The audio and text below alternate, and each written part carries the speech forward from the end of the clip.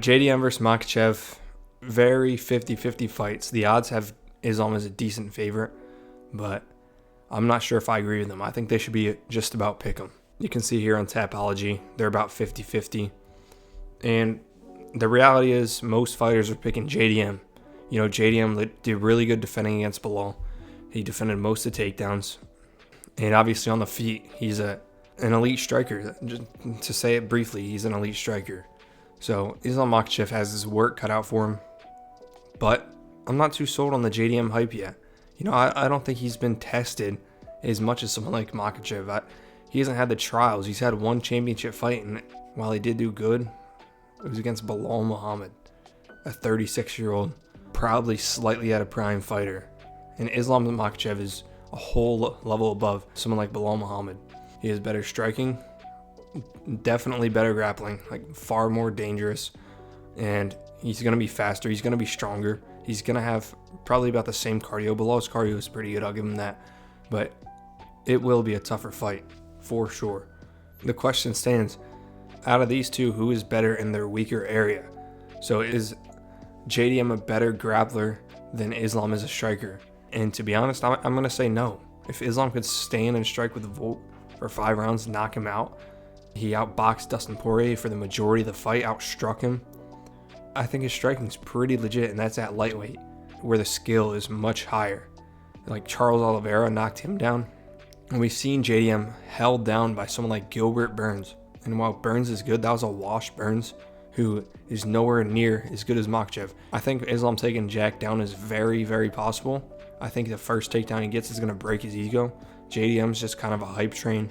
You know, MMA is a big sport of recency bias. If you have one good performance, everyone forgets about your whole career. But the reality is, JDM has looked pretty rocky in those grappling exchanges before.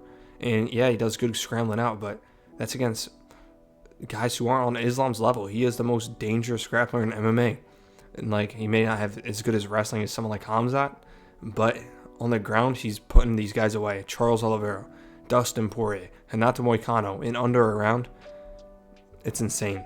The Moicano fight goes under the radar a lot too, because he has good jiu-jitsu, and Islam made quick work of him. So I think Islam's got to win this. It's going to be close. Jack's going to put up a good fight, but eventually Islam will find that dart stroke, I believe, because JDM likes to scrunch up when he gets up. He likes to, you know, go on his hands and knees. Been in this position with Bilal. He's been in this position with Burns. And when he does that, Islam Makhachev is going to lock up a dart choke and claim the welterweight belt, becoming a double champion. That's just what I believe. I wouldn't be surprised if JDM wins by decision. I don't see JDM winning by knockout. I think JDM's power is criminally overrated. He couldn't put a guy like Kevin Holland away. He went to a split decision with him. He went to a split decision with Basil Hafiz.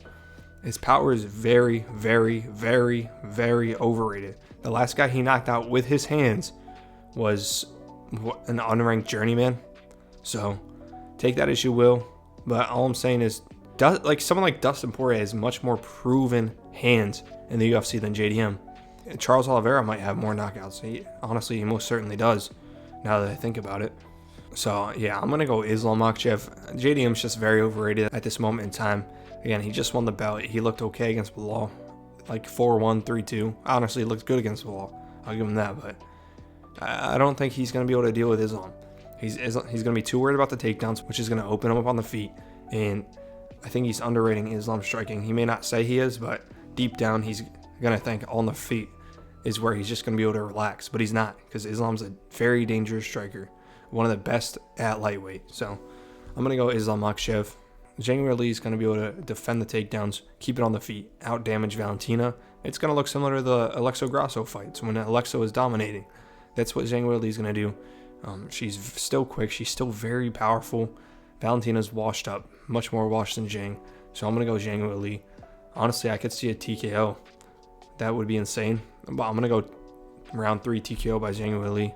Sean Brady versus Michael Morales. This one's actually very hard to pick. I'm going to go Sean Brady despite the fact that I think Michael Morales has a very good chance. I'd say 50-50, but definitely got to lean towards Brady just because he's more proven in the UFC. He's going to have the cardio and pace advantage too. That's the other thing. His cardio is insane. I have gone back and forth on this one. Originally, I was with Leon. Then I was with Pratis because I was figuring to myself, When's the last time Leon outstruck someone on the feet? Which is a valid point. You know, Carlos Prates just knocked out Jeff Neal. Leon Edwards was kind of getting outstruck by Sean Brady, was kind of getting outstruck by Bilal Muhammad, was kind of getting outstruck by Kamaru Usman.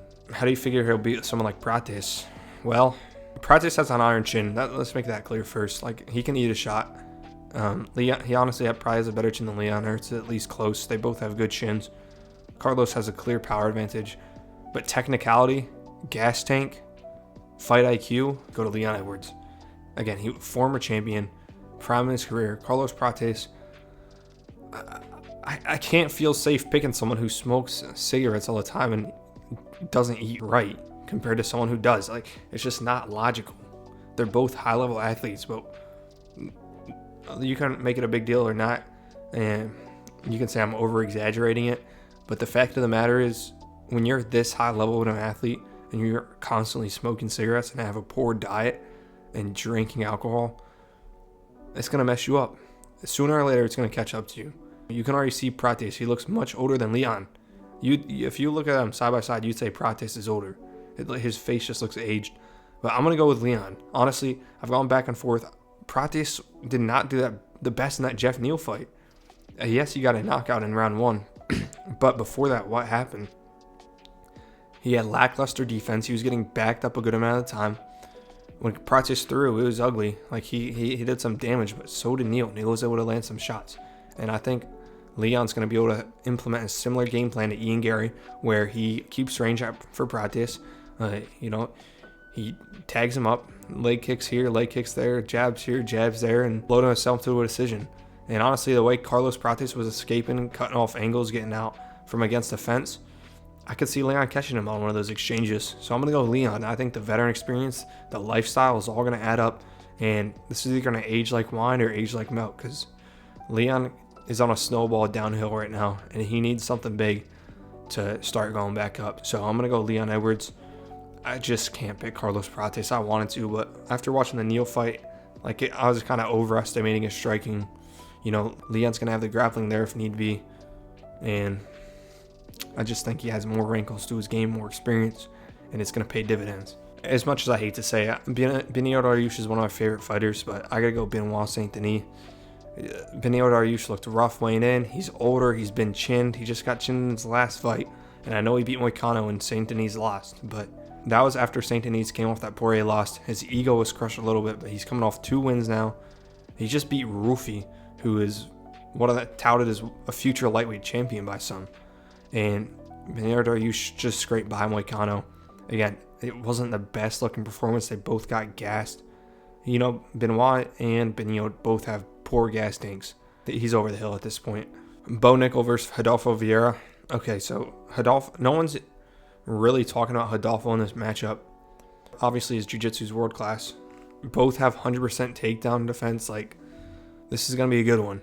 Bo Nickel has more takedowns per 15 minutes, but dude, this is going to be a really good fight. He has a higher submission average too, note that, than with Rodolfo. But ultimately, I think it will be close. It's going to be a great test for Bo. People are clowning on Bo for losing to RDR. RDR was a double champion. That was Bo's 6th or 7th fight in the UFC. There's no shame in losing to someone like RDR at that point in your career. And this time around, after Bo, got that experience from his loss and got the chip on his shoulder, he knows what he has to improve on. He actually took a hit. He's not going to be hit like RDR is hitting him, going against someone like Rodolfo Vieira. That was a prime RDR. That was the RDR that fought Whitaker, not the RDR that fought Allen. That was a prime, the best version of RDR we've seen. Bo Nickel took that guy down, by the way. And he almost won the first round until he pulled the ghillie. So I think Bo's fight IQ is going to be all-time high. He's coming off a win in a wrestling tournament, so his wrestling is still improving. He's going to be able to control a guy like Vieira. We've seen this many times before. Wrestlers could control these jiu-jitsu guys like Islam controlled Charles, and it's going to be, hopefully it's a good grappling match. But if not, I think Bo on the feet is just better. Rodolfo's very good though, he's built like a tank. He does have more experience, but I got to go with Bo Nickel's youth. If you're going to a decision with Gore and Petrosky's beating you, I have no reason to think that Bo Nickel's grappling. Bo's a 10 times better grappler than those guys. So if he's not submitting those guys, he's not submitting Bo. End of story. I got Bo Nickel. Kopylov versus Gregory Rodriguez. This is an easy one to call. It's literally almost a copy and paste from the Paulo Costa fight. Also, Roman Kopylov's an older guy. He looks young, but he's older. He's gonna have all-time low confidence after getting beat for 3 rounds by Costa. You know, Gregory Rodriguez just came off a crazy knockout against a respectable opponent in Jack Hermanson. I'm gonna go G-Rod. I just don't think Roman Kopylov is. I picked Paulo Costa to beat him, by the way. I never thought Roman Kopylov was this crazy striker like everyone says, and we kind of learned that after the fight. But against G-Rod, I think he's gonna get chinned, and I don't see him hurting G-Rod. He has a granite chin. Blanchfield versus Cortez. I'm not too sure on these gals, but I'm gonna go Blanchfield. I think Cortez just isn't locked in. Wellmaker's only a -155 against this guy. This Ethan Elwing guy got a knockout like 6 days ago, and Malcolm Wellmaker's just getting poor luck with all these opponents pulling out, but Wellmaker's just in a different league, so you got to go Wellmaker. Dawkins versus Mearshart. Yeah, Mearshart is getting chinned. Dawkins has decent grappling. He just knocked out Michel Pereira, so if he's knocking out that guy who's considered a striker among many, he's going to be able to knock out Mearshart pretty easily. So give me Dawkins. That's one of the locks of the card. Pat Sabatini versus Chepe Mariscal. I'm going to go Pat Sabatini. I think his grappling is just going to be too good. He's one of the best grapplers at featherweight, and I'm very impressed. I feel like he hasn't fought in a while, but regardless, Chepe Mariscal is actually the favorite on Tapology here, which I think is crazy. The odds have Sabatini as a favorite, though, and I got to ride with the odds. Sabatini is just a clear superior grappler to Mariscal, so that's an easy one for me. Angela Hill, Fatima Klein. Fatima Klein is younger. Angela Hill's 40 years old. She's like a 50-50 fighter. Fatima Klein. Sursukoyev versus Makaniko. Sursukoyev is slightly overrated, but he's going to continue his undefeated streak. He's almost a lock as well, but it'll be closer than people think. Who did he just fight? The guy fought last time on 319, put up a very good fight. And lastly, Borshlev versus Camilo. I'm going to go Camilo. You know, a very good prospect. He's lost his first fight in the UFC, but he's much younger. Just look at the records. Camilo record mogs him. Easy lock of the card. Camilo, let's go. But those are my picks for UFC 322. If you agree or disagree with any of them, let me know. But if you're still here, I want to thank you for watching, and I'll see you soon.